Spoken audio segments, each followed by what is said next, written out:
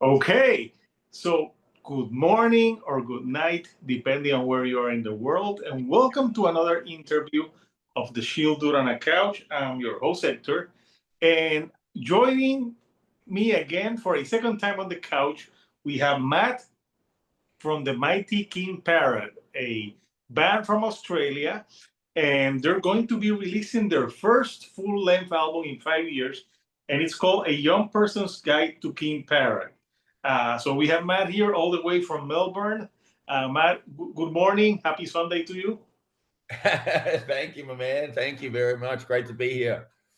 Yeah, so let me tell you right off the bat, I love that album title. Like, Yeah. it's a great album title. Like I'm like, it's brilliant. It's brilliant, and it's. I like it because you're a band that even though that you play like this harsh, extreme metal, grindcore, you guys have a sense of humor, Right. which is so important to have in every type of music. So I see you're enjoying your coffee. What coffee is there? Is there like a good Australian coffee? Well, I keep it pretty simple, but I have my own coffee machine, so I like to make, I like to make my own. I like to, do it all properly. I like to froth the milk and all that sort of stuff. Um, and yeah, we're known in Australia for being coffee snobs. So we love good coffee, and I like to drink a latte. So yeah, this is my first one for the day, and yeah, I got it all prepared. So yeah, but I love making coffee. So I'll have to recommend you because there's some great Puerto Rican coffee. I'm sure they ship it. I can recommend you some good brands. all Uh, right, man, do it. I'd love to hear about it. yeah, some great. I really have gotten into coffee the Yeah, last 10 years, but I gotta buy me like a good machine to make it myself because like there's a place near me that I go, but if if every time I go and get a coffee, I spend $4, yeah. like it keeps adding up.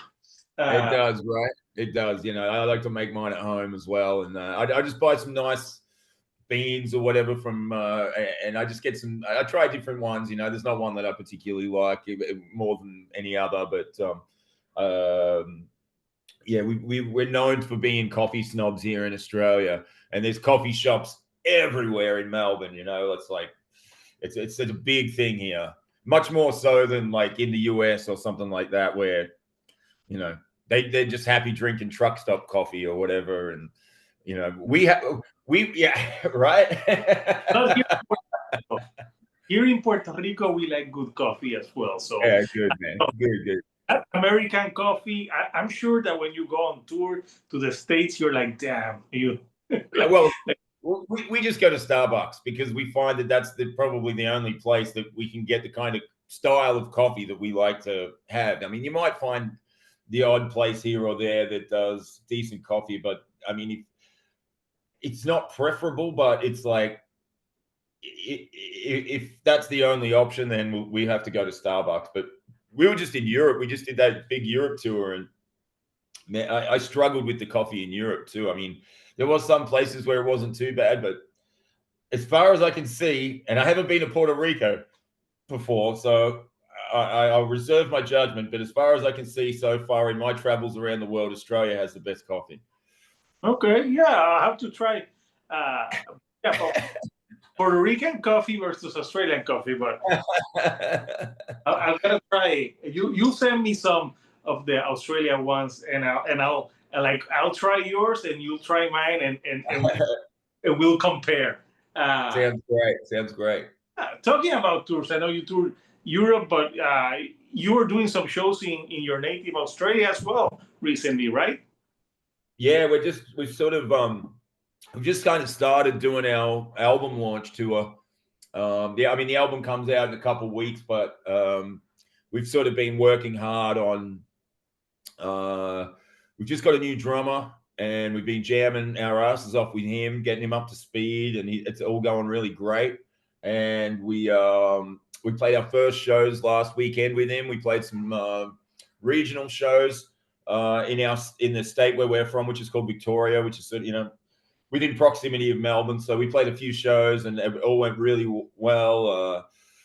Great attendance, and things have been going good. So we're going to be traveling around Australia a little bit over the next month and a bit, playing shows on the weekends and getting out there, launching our new album, and then off to the States again at the end of July. Yeah, we'll talk about that tour soon, but that's Sure.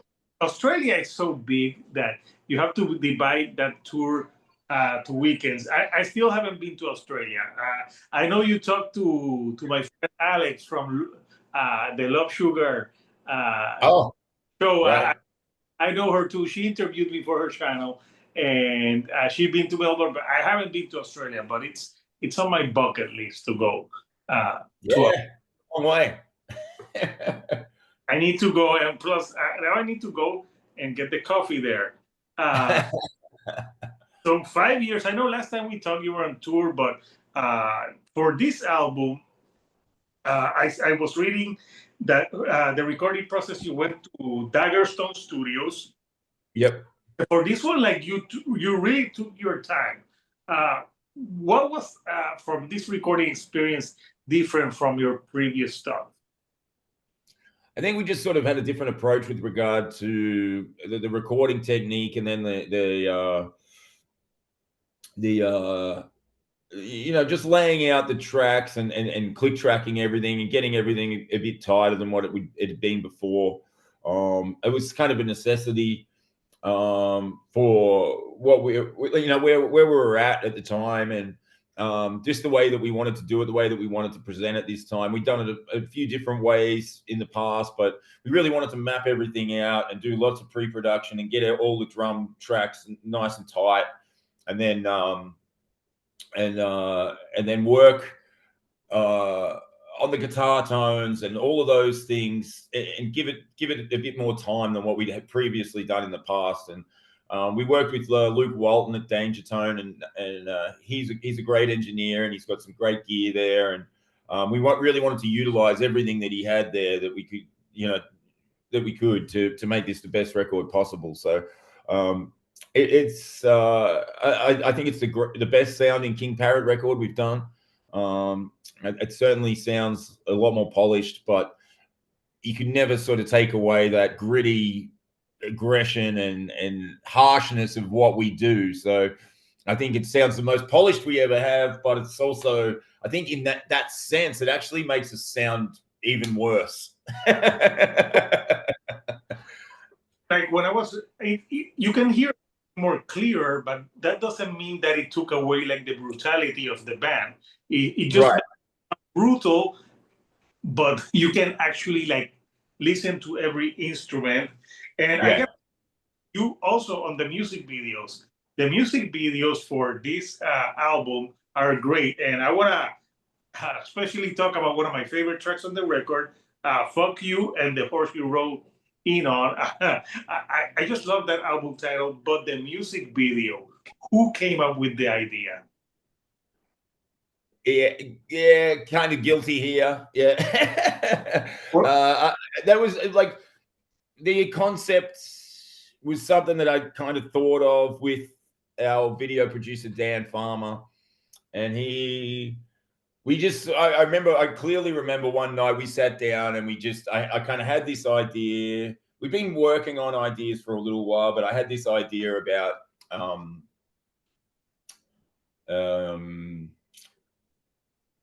and it was a certain idea, but then we sat down for 5 hours, maybe not for, I don't know, it was a long time. It was definitely several hours on the phone, and it was very late by the time we wrapped it up. But by the time we'd finished the phone call, we'd had the idea, everything about what we were going to do, incorporating the train spotting kind of reference, and all of those little parts. And sometimes, we'll have a certain idea, and then once we get the brainstorming process happening, it'll totally change and become something else. So it was definitely, some of the ideas were definitely mine. Some of them were Dan's. But together we kind of fleshed it out and made it what it was. So yeah, but we had so much fun making that video. It was just such a fun thing to do. Yeah, and at the beginning, the video has a story. So for people who haven't seen the video, you should see it because it's hilarious. So Matt is a bartender, and then you get this dude who's obviously someone who also plays in the band, and he's like Yeah, this douchebag that's like yeah. really giving bartender like a hard time. And I think anyone that's worked in customer service anywhere can relate to that. Uh, I work customer service myself, not in a bar, but you always get that that asshole that comes Right. and asks the question. You're like so annoyed, Yeah. and also the the video when I don't want to give the whole video away to someone who hasn't seen it, but there's a bathroom, people go in it, there's some doo doo, and then there's a pool, and I thought it's a brilliant music video, and it's funny as hell. So I enjoy that because first of all, like I when I saw the title for that song, I'm like, yeah, who like everyone can like that can understand that song is about someone that you can't stand, and you're like, yeah, just fuck you and the horse you rode in on. So for the when you're writing themes for this record in mind, like, did you have like because there's also some like political songs on this, and like because there's like more humor, but there's some more political tracks, in my opinion. So, for the themes on this record, like, tell me like what inspired the themes on the new album. Well, man, there's a whole lot of different things on this record, and I think, um, you know, I mean, it's kind of we don't sort of pigeonhole ourselves with regard to any Mm. sort of topic or any sort of thing that it doesn't have to be about anything, So there's songs about all sorts of stuff on this record, personal struggles, and then there's like the track "Get What You're Given" is more about a friend of ours who passed away, and the grief and all of that sort of stuff, and yeah, there's sort of shades of political stuff, but not. We just try not to get too deep because we don't like we're not taking sides or anything like that. But it's more about the struggle and just standing up for yourself, and standing up for what you believe in, and those kind of themes. But and then there's also the typical sort of grindcore, like more darker side of things as well, which sometimes we delve into. So I think we draw from lots of different inspiration, whatever book I might be reading, or a film I've watched, or something that's happened on a personal level. It's songs can be, there can be multiple themes within one song for us. That's always been something that we just try not to pigeonhole it or categorize it too much. And then the song, once we release the song and we put it out and it's out there, it becomes whatever it wants to anyone else. Like anyone else can perceive it the way that they like to perceive it. So, yeah, there's a whole bunch of different stuff on there, but pretty much true to like the rest of the records as well. We kind of just do what we feel. I just like evoke what try and evoke the feeling that I try and get the feel of the riffs and what it go with the feeling that it brings up in me when I first hear it, and sometimes if one of the other boys writes, if one of the other boys is writing some riffs or whatever, and they've got an idea for what those the theme of the song should be, then I'll run with that too. If they throw something at me, then I'll run with that. Yeah. Another track that has a great music video, it's Look Away, I'm Hideous, Yeah, I knew you were going to say that which one. I saw a lot of people in the YouTube yeah, yeah. A lot of people were comparing to that Demi Moore movie, like The Substance, which I haven't seen. Yeah, Just yeah, seen yeah, clips, yeah. but I obviously, so much people are so focused, like the looks and the plastic surgeries. So it's like a fun way of make fun of like how like obsessed we are with looks. True, and I think the underlying messages is that, like, we're enough, like, we're enough, as we are. We're all unique, we're all individual, but we're enough as we are. And sometimes, like, especially in this day and age, sometimes some of that stuff's just going crazy. It's going overboard. It's too much. And each to their own, of course. But it was like a little tongue-in-cheek jibe at that sort of stuff. But I think the underlying message is really positive. Yeah, From no, my and the music yeah. video, I thought it was brilliant. I don't know who did the animation. It was really good for That the was animation, that that was video. And then you have I was going to say that was a guy called Mike Foxall. He has he's on Instagram and all that sort of stuff. It's called The Art of Fox, and he's a talented guy. He's from Sydney, and we've done a few videos with him now. We really enjoy working with him. Yeah, no, he did a great job.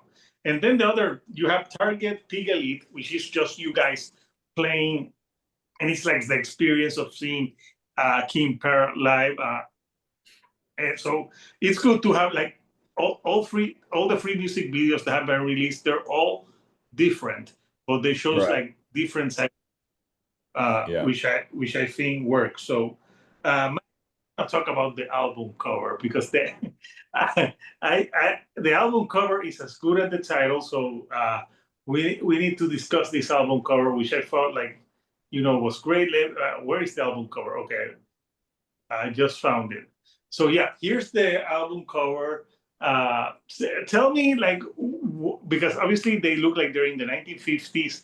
Like who came up with the idea for the Yeah. Well, it's a bit of a story behind this one. It's our friend Boyd Sinnott, who's my best mate, my best friend, who he passed away in 2023, and he was a big part of our band. He was a big contributor to our band with artwork. He did the album cover for Dead Set. He did the album cover for Ugly Produce. He did the EP cover for Stench of Hardcore Pub Trash and Hold Up in the Lair. He was the parking inspector in our Shit on the Liver video. He contributed to all of our other music videos in some way, shape, or form, like creatively. Um, he's written lyrics for our bands that have been included that he insisted that he took no credit for. But sometimes if I was like listening to a song or whatever, he would like contribute. He'd go, "Oh, look, I'd send him the song, and he'd go, "Oh, I wrote something like this. What do you think about this?" And sometimes I would grab those lyrics and use them, or change them a little bit or whatever. But he was a huge contributor to our band, and he passed away in 2023, but before he passed, he'd actually done this artwork for us and said, this is what I think should be the next King Parrot album cover. And it's out of some teenage book, some book about, men becoming teenagers becoming men, or boys becoming men, and it was just some picture that he found in the book that he thought was really quite funny, and the title itself is from the band King Crimson, the old 70s prog band. They had an album cover as like a best of their album. They had, so we just pinched it, and we just thought it would be comical to use that title and that artwork for an album that's so brutal. So we wanted to pay respects to our good friend Boyd, who's he's always in our hearts now, and he's a massive inspiration for us to keep going. And like I said, he was my dearest friend, and someone that it's still I'm still grieving the loss of him, and we want to pay our respects to him as much as we possibly can, and we thought this was a great way to do it. Yeah, no, I think it's great, and just you talking about him, I guess that he was like he sounded like a great dude. Like and this and I like he had great sense of humor because this is it's funny because it's a brutal record and you see this album cover and you think this kind of like if someone doesn't know King Parrot, you're like, oh, maybe this sounds like the Beach Boys. Yeah, totally, man. So that's what we wanted. That's what we were going for, man. So it's like someone might pick it up on a whim and go, "What the hell is this?" And then they put it on and get their head ripped off. You know. Plus, you see that picture and the dude's like looking at her like, hey, baby, you Yeah, no, when we were kind of finalizing everything and we were kind of deciding on what artwork we wanted to do. We kind of had a few other ideas, but we ended up we went with this. We wanted to pay respects to our friend Boyd, and we just thought it was just sort of fitting for this record. No, yeah, I think it's a hilarious album cover, and you know what would be funny if you guys went on stage dressed like that dude. Yeah. That Wouldn't it be that fun? would be Yeah, hilarious. it would be. It would be indeed, for sure. You guys go on the bicycles and you're like, Yeah, hey, ride our bikes out. Yeah. and just to with everyone, you start like playing like a Beach Boy, like something thing, and then you rip. Maybe you can rip into the last song of the record, which I poisoning on the fist of of the law. That's Like that one? and people will be like, "What the hell?" Scared. But yeah, no, and thank you for sharing the story about your friend. Like yeah, like like when we lose like friends that especially friends that you're like really close to. Mm. Good to always remember them and keep their memory alive. So yeah, his artwork lives on, and yeah. The first thing that like when I got the promo, I saw the artwork. I'm like, this artwork is brilliant.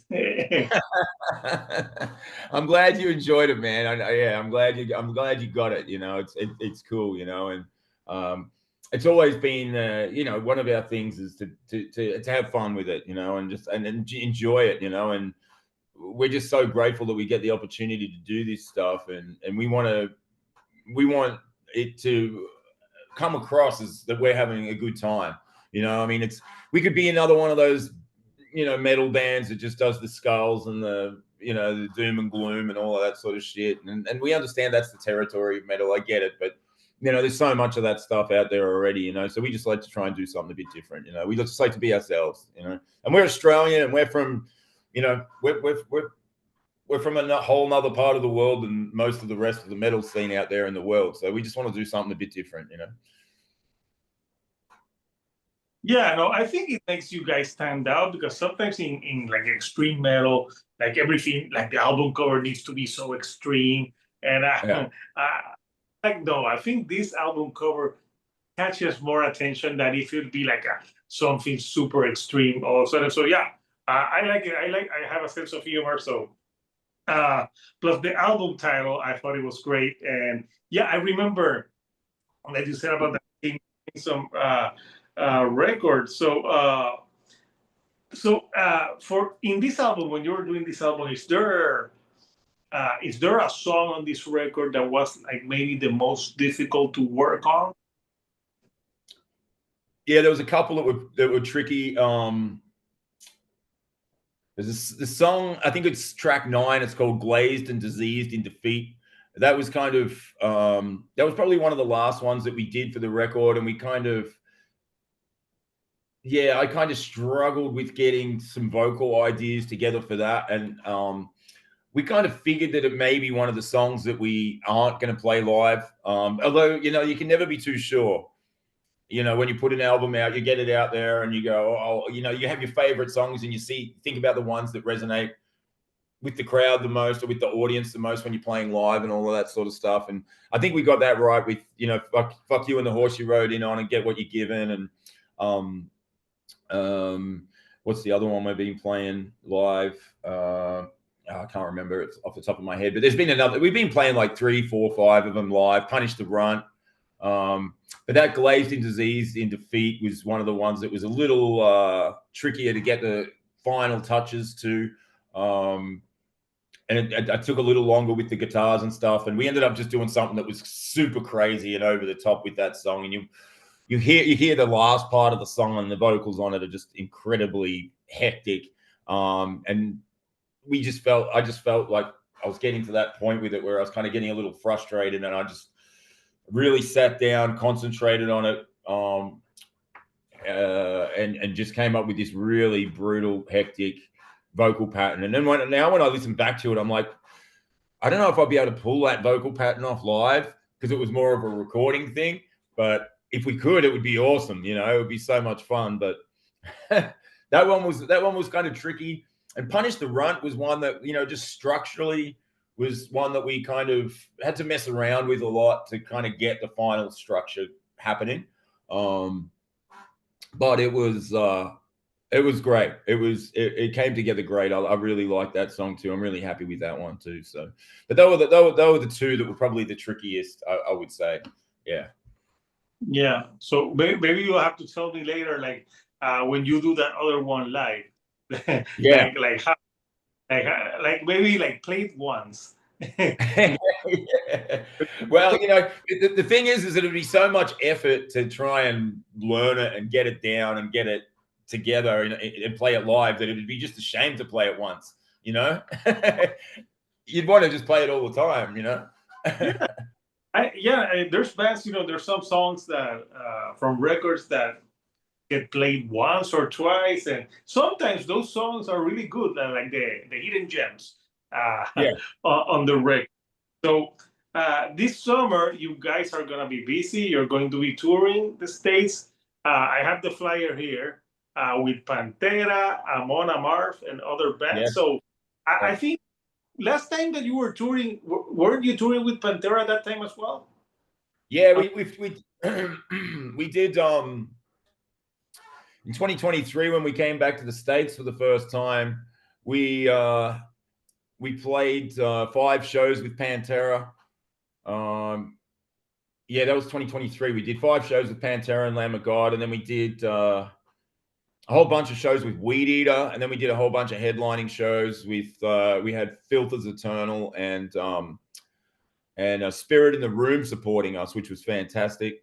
And yeah, since then we've done Australia with Pantera. We did a headlining show with them in Adelaide, and then we did all the Knotfest shows down the east coast of Australia, and then we've just recently been over to Europe with them and Power Trip, which was it was just like that was a mind-blowing experience in itself. You know, getting to see the Power Trip boys do their thing, which was great. Such awesome dudes as well, and then I mean, playing with Pantera is just something that we never ever thought would be a possibility. Like the fact that they are even playing is kind of crazy, but the fact that we've been playing with them all over the world is awesome. But we've just built some really good relationships with those guys, and you know, with the crew and the people that run the back end of the tour. Like we just get along so well with them all, and we have so much fun being out on the road with them. It's just like this. I don't know. It's just I don't know what it is. It just feels good. Just feels right, you know. And yeah, we're doing 20 of these shows on the summer tour, so um, I don't know. I just it's kind of mind blowing, but at the same time, I'm just like we just take it in our stride and we'll just go, yep, okay, let's just do this and let's just get it done and enjoy every moment of what we get to do because you know there's a million metal bands out there in the world that would kill for the position that we have to be able to play with these guys. And yeah, no, we're full of gratitude, and we are just you know we bring 100% every show. You know, we're road dogs. We love playing. We love touring. We love getting out there and doing our thing. So yeah, we're going to give it 100% every night, and you know we got our first actual show that we play on this US tour. We're playing with Acid Bath and Pentagram in New York on the 25th of July. So we were lucky enough to get ourselves onto that bill, which was really cool. So I was kind of trying to work out how we were going to get to see Acid Bath when we were over there, and now we're playing with them. So I'm like, amazing. And then we're going to do a whole bunch of club shows as well.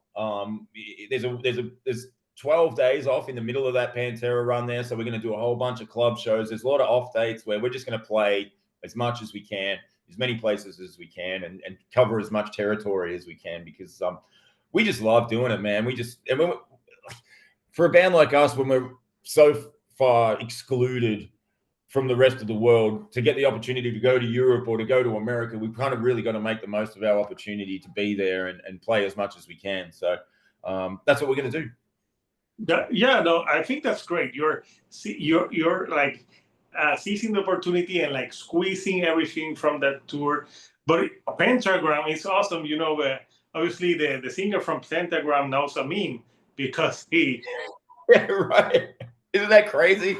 Well, I was reading that he needs to have like bodyguards now because people recognize him because he just went like this.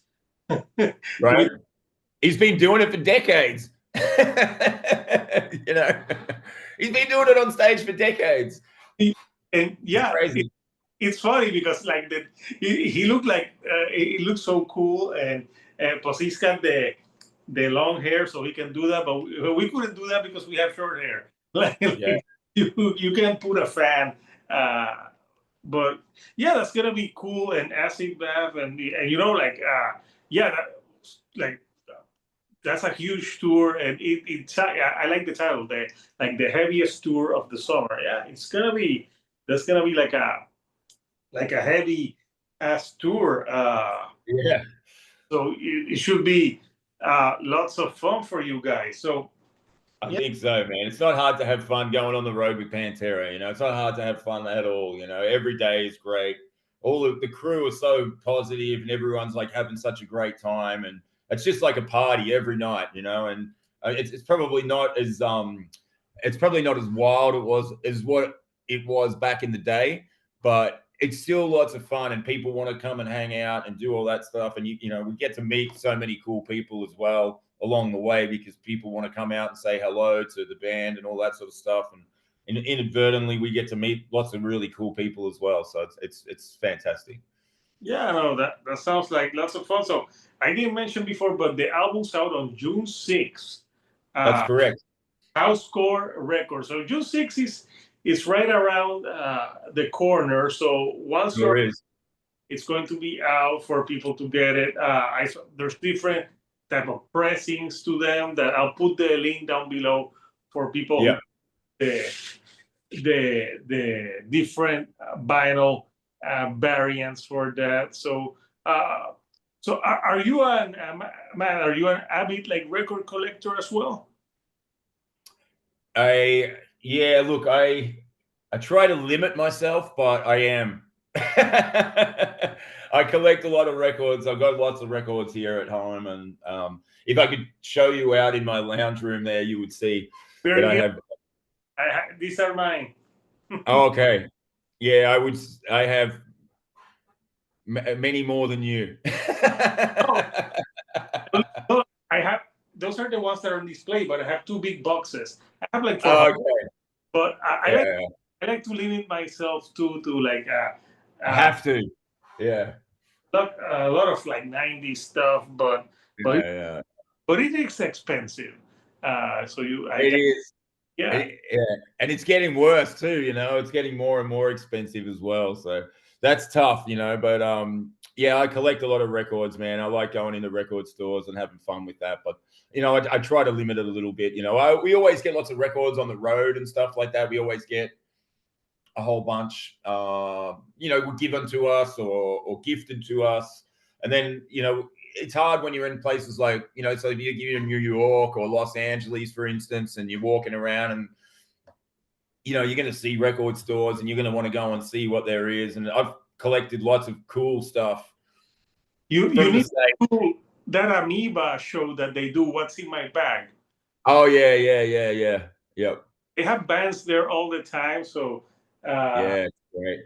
I wonder, like, if for those when they do those Amoeba, like what's in I wonder if like they give some money to the artist or the artist is just buying everything. Maybe one time that I talked to someone like, was it like that, or did you have to pay for every record? I don't know, but it seems like a cool show to be on. I didn't go to the one in Los Angeles, but when I went to San Francisco, I went to the Amoeba Yeah. Francisco. Yeah, I've been to both of them, and it's amazing. I mean, I have to limit myself. I just go in there, have a little look around, have a little flick. Maybe I'll pick a couple things out. There's always something you want, but I try and limit myself to half an hour or something, and not get too crazy, because otherwise it's like, you got to send them back home or take them in your luggage, and they're heavy and all that sort of stuff. So, like a month ago, I went to Record Store Day here in Puerto Rico, but we have like a few record stores, but they're tiny. Mm, They're like, mm, but I got some good finds. I got some like when I go to like some rare records, like I got like yeah. a things like the demos, 1989. I've never seen this. This sounds cool. Mhm. Is there cool record stores down there in Australia? Oh man, there's so many. There's so many. I mean, it's got it's like everywhere. It's super popular, and people love their vinyl now. So it's gone out of control down here as well. There's record stores absolutely everywhere, especially in Melbourne. It's in all the kind of areas, all the trendy areas where the music venues are, and all of that kind of stuff. There's so many record stores now, which is fantastic. It's great. Yeah, no, it's great, and plus cassettes are making a comeback. Yeah, I mean, we're making cassettes of the new record as well. We've done cassettes of all our back catalog too. We've made a lot of cassettes, and they just sell. People are buying. I mean, I don't even have a cassette player anymore, but people like the novelty of it, I guess. Yeah, I don't. I don't have a cassette player anymore. So out of the collection, what's like that one record that if you had to like save it from anything, like which record would you save from your? Well, there's a few. One behind, like, The Who live at Leeds is one of my favorite records. I just love the sound of that album, and the ferocity of the drumming on that record is incredible. I like lots of that old sort of stuff, old rock stuff. Like, I love the old English stuff for some reason. I really get into it. I've got this amazing box set of the Kinks, the Village Green Preservation Society, and it's got like it's got the album, and then it's got all these weird radio edits, and it's got some 7 inches, and it's got a book and all of that sort of stuff in it. And it's this huge box set thing. And that is one of my favorite albums of all time. And that's probably just because of how nice of a package that it is, and all of that. That's probably the one that I would save. Yeah, the Kinks. We are the Village Green Preservation Society. So yeah, that's one of my favorites. And then then I've got all the metal stuff that I love, and all of that as well. I've got lots of original AC/DC pressings, Black Ooh, Sabbath stuff. Like, I've got all the Australian AC/DC stuff, because my dad was into it, back in the 70s. So I've got some of that cool first Australian pressing stuff of AC/DC. And then, yeah, there's so much stuff in there that it's kind of ridiculous. Maybe one day I'll just open my own record store when I'm done with the band and I'm finished touring or whatever, and I'm old or whatever, and I'm retiring. Maybe I'll just open a record store and just sell my records. when I was young, I wanted to work in a record store, but the thing is, I would be judging people for it. I'm like, do you really want to get that? You Yeah, really yeah. get this one? Yeah, Uh, like that movie. What is it called? High Fidelity or something like that, or no, the movie? that's a great movie. I love that movie. Yeah, it's But so good. yeah, when Jack Black, the guy comes in and he's asking for something, and he's like, "No, I'm not gonna buy you this record. I'm Yeah, gonna yeah. record." I love that. So good. Yeah, it's so good. So, Matt, I'm not gonna take more of your morning, but it's Sunday morning. I'm sure you have to hang out with the family, do some maybe some barbecuing. I don't know, some. And because I'm in the past, I have to tell my kids a bedtime story. They're quiet because I'll tell them I'm interviewing a band, and like, oh, he's interviewing a band. Be quiet. Uh, Yeah. Great to talk to you again, and much Great to to talk to you. compare. You're such a nice guy. So great to talk to someone who's like nice and approachable, and easy to talk to. So, and send me the name of the Australian coffee, and I'll send you some names of Puerto Rican coffees that are All really. right, man, good. Let's do it. It sounds great. Yeah. So, Couchers, the King Parrot album, A Young Person's Guide to King Parrot, out June the 6th on Housecore Record. If you like fun, extreme music that does not sound like the Beach Boys, this is the record for you.